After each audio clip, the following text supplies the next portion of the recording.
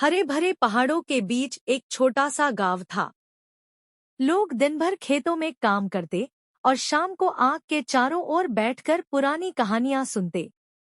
लेकिन गांव के पीछे एक ऐसा रहस्य था जिसके बारे में किसी को जरा भी पता नहीं था। पहाड़ के दामन में एक इतना बड़ा गुलाबी आड़ू उगा हुआ था कि लोग उसे पत्थर की चट्टान समझते थे। असल में यह कोई साधारण आड़ू नहीं था। इसके अंदर एक छुपी हुई परीलोक थी, जहां नदियों में तरल रोशनी बहती थी, पेड़ों पर घंटियां उगती थी जो हवा चलते ही बज उठतीं, और फूल गाते थे। परियों के पंखों में इंद्रधनुष के रंग चमकते थे और उनके हंसने से रोशनी की बारिश होती थी। इस दुनिया की सबसे छोटी परी, लीला, शरारती और जिज्ञासु थी। एक दिन आड़ू की दीवार में एक छोटा सा छेद हो गया। लीला ने झांका तो बाहर एक मानव बच्चा, अयान, मुस्कुराता हुआ खड़ा था। हेलो, अंदर क्या है? अयान ने हैरानी से पूछा।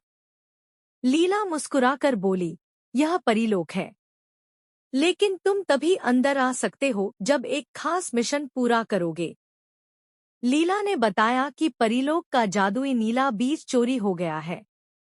यह बीज दुनिया को जीवित रखता है और इसके बिना आड़ू सूख जाएगा। बीज अब नदी के पार सुनहरी मक्खी के पास था, जो उसे सिर्फ उसी को देती थी जो दुनिया का सबसे मीठा फूल ढूंढ कर लाए। अयान और लीला यात्रा पर निकल पड़े। सबसे पहले वे एक पुल पर पहुंचे, जो तितलियों के पंखों से बना था।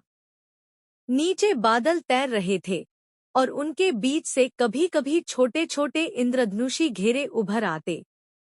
फिर रास्ते में एक टमाटर दानव ने उनका रास्ता रोक लिया। वह इतना बड़ा था कि उसकी टोपी आसमान को छू रही थी। मैं तुम्हें जाने नहीं दूंगा, वह गरजा। लीला ने चतुराई से कहा, अगर हम तुम्हें हंसा दें, तो क्या तुम हमें जाने दोगे? दानव मान गया और अयान ने इतने मजेदार मुंह बनाए कि दानव ठहाके लगाकर हंस पड़ा और रास्ता दे दिया। आगे एक पहेलियों का पेड़ मिला। वह बोला, मेरी पहेली का उत्तर दो, वरना यह जंगल तुम्हें बाहर फेंक देगा। पहेली थी, ऐसा क्या है जो जितना बांटो उतना बढ़ता है? अयान ने तुरंत कहा, प्यार। पेड़ मुस्कुराकर बोला, सही जवाब, और उसने अपनी एक सुनहरी पत्ती दे दी, जो अगले दरवाजे को खोलने की चाबी निकली। जंगल के बीच वे एक ऐसी जगह पहुंचे जहां फूल खुद गुनगुना रहे थे, लेकिन उनमें से एक फूल सबसे ज्यादा चमक रहा था, एक सूरजमुखी, जिसकी पंखुड़ियों से रोशनी निकल रही थी और जिसकी खुशबू शहद और आम के संगम जैसी थी। अयान ने सावधानी से वह फूल तोड़ा और सुनहरी मक्खी के पास ले गया। मक्खी ने फूल सूंघा, खुशी से गुनगुनाई और बीज दे दिया। बीज को आड़ू के बाग में लगाते ही जमीन हल्की सी कांपी और एक पेड़ उगाया, जिस पर चमकते तारों जैसे फल लटकने लगे। जैसे ही वे फल रोशन हुए, आड़ू के भीतर एक सुनहरा दरवाजा बन गया, जो मानवलोक और परीलोक को जोड़ता था।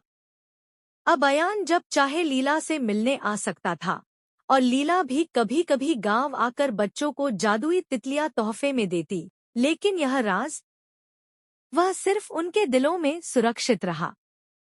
सीख, दोस्ती, बहादुरी और दूसरों के लिए खुशी पैदा करने की ताकत ही सबसे बड़ा जादू है।